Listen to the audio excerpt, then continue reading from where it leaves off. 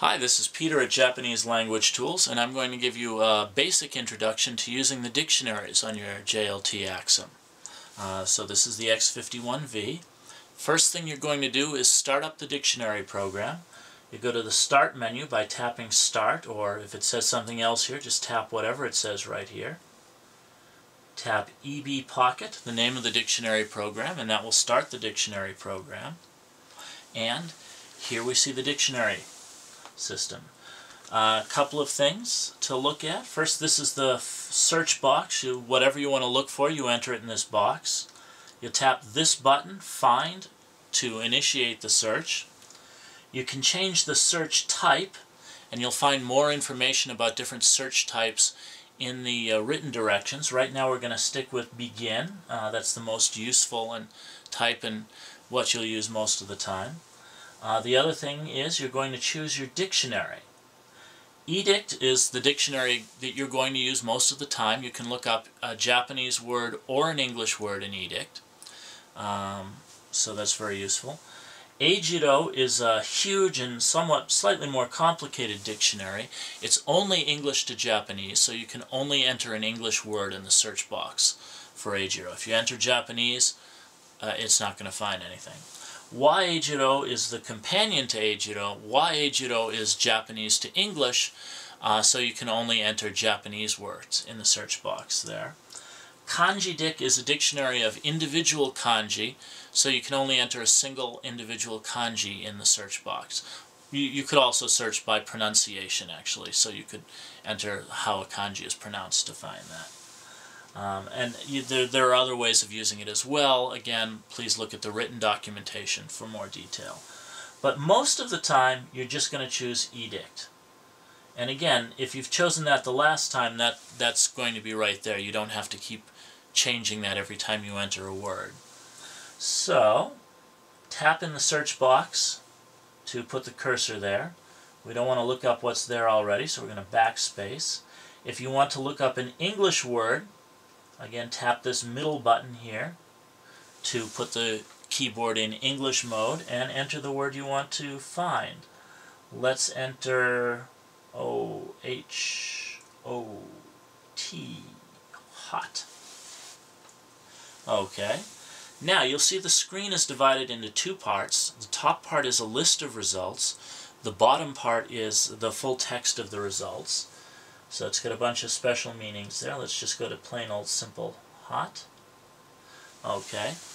Now, the entries in the English to Japanese entries in Edict are a little bit different than in a normal dictionary, and that's because of the way Edict was written. It was mainly meant to be a Japanese to English dictionary, not English to Japanese. So to make things clear when we're using it as an English to Japanese dictionary, I've set it up this way. So, for example, let's look at the first one. So, what's that? Piritokuru. So first, right here, you'll see the English word that you looked up, hot. You'll see piritokuru, the Japanese word. And then under the Japanese word, you will see other English words that are in the definition of that Japanese word. So if you looked up piritokuru, it would say that the meanings are hot, racy, biting, pungent.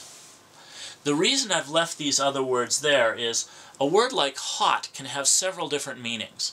And by looking at the other English words that are also meanings of that Japanese word, you get a sense of what meaning of hot, which of the many different meanings of hot this Japanese word carries. So if you're looking for say that the seat of my car was very hot when I got in this afternoon, hot in terms of temperature, well, you can see this isn't it.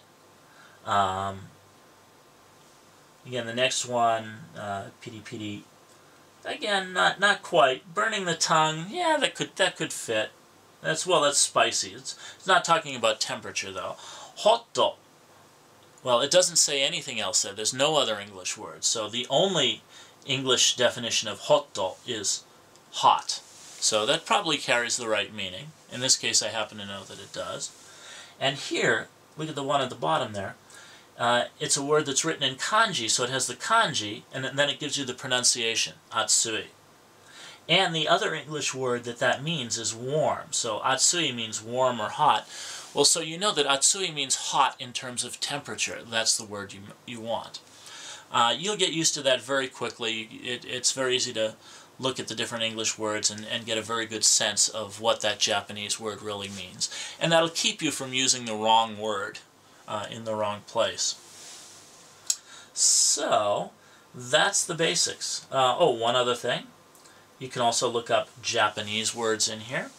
So you're going to switch that to kana for Japanese, BS, backspace to get rid of what's there, and enter any Japanese word. Let's try karasu.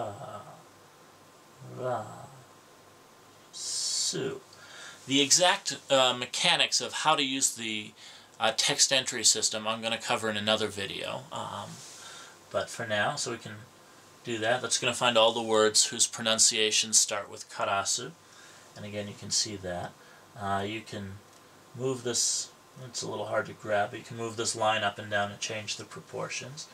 Let's just grab this one, plain old karasu, means crow or raven. You can also enter a word in kanji, and first you'll do it the same way. Let's look up, same thing again, karasu.